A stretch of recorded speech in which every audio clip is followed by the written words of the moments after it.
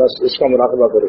دعا کرو کہ سر سے پیر تک میری بندگی اور ہر ادائے بندگی سے میرے مالک آپ راضی ہو جائیے. سر سے پیر تک، ظاہر بھی باطن بھی، اندر بھی اچھا ہو جائے باہر بھی اچھا ہو جائے، تاکہ اللہ تعالیٰ قیامت کے دن ہم کو دیکھ کر خوش ہو جائے. بس ہماری کامیابی اس سے بڑھ کر نہیں ہے.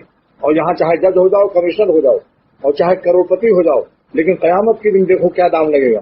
سید سلیمان ندوی کا اسے نوٹ کر لینا، ہم ایسے رہے یا کہ ویسے رہے. وہاں دیکھنا ہے کہ کیسے رہے. دیکھو کتنا سادہ شعر ہے کوئی فارسی کلاس اس میں. ہم ایسے رہے یا کہ ویسے رہے، وہاں دیکھنا ہے کہ کیسے رہے. ہے سمجھ گئے کہ نہیں؟ بس. اور جو اللہ کی مرضی میں یہاں جیتا ہے، ان کی مرضی کی سانس لیتا ہے خوش کر کے اللہ کو، وہ بادشاہوں سے زیادہ اپنے قلب میں مزے لیتا ہے. سمجھ گئے؟ شاہوں کے سروں میں تاج گراں سے درد سا اکثر رہتا ہے. شاہوں کے سروں میں تاج گراں سے درد سا اکثر رہتا ہے، اور اہل صفا کے سینوں میں ایک نور کا دریا بہتا ہے.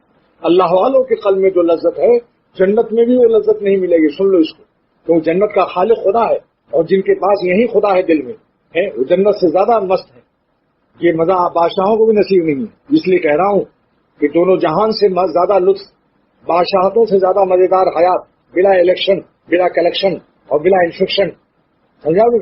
اور بلا کلیکشن اور کیا بلا، ہاں بلا سلیکشن، ایک اور بلا ہے، ہاں بلا سلیکشن. سمجھا بھی؟ بس وہاں کوئی جو عاشق اللہ کو ہو جاتا ہے، اللہ تعالیٰ یقیناً اس کو قبول فرما لیتے ہیں. دنیاوی معشوقوں میں تو خطرہ رہتا ہے، کبھی وہ لات بھی مار دیتے ہیں، لیکن خدا تعالیٰ کے ہاں کوئی بندہ ان کا چاہنے والا ایسا نہیں جس کو خدا نہ ملا ہوا ہے. اور دنیاوی لوگ جو ہیں، دیکھو دنیا کے عشق میں ہر صورت سے پریشانی. سمجھا؟ بس ان کا خیال آیا اور پریشانی شروع ہوئی. پری آئی اور شانی بیچ میں ساتھ لگ جاتی. پریشانی میں پری ہے یا نہیں بولو؟ ہاں، ان سے دل نہ لگانا، نہ پریشانی ہی رہے گی ہمیشہ. یعنی ان کے سامنے بھی آدمی گھلتا رہتا ہے، اور فراق میں بھی گھلتا رہتا ہے، اور وصال میں بھی گھلتا رہتا ہے، یہاں تک کہ موت آ جاتی. کہیں چین نہیں.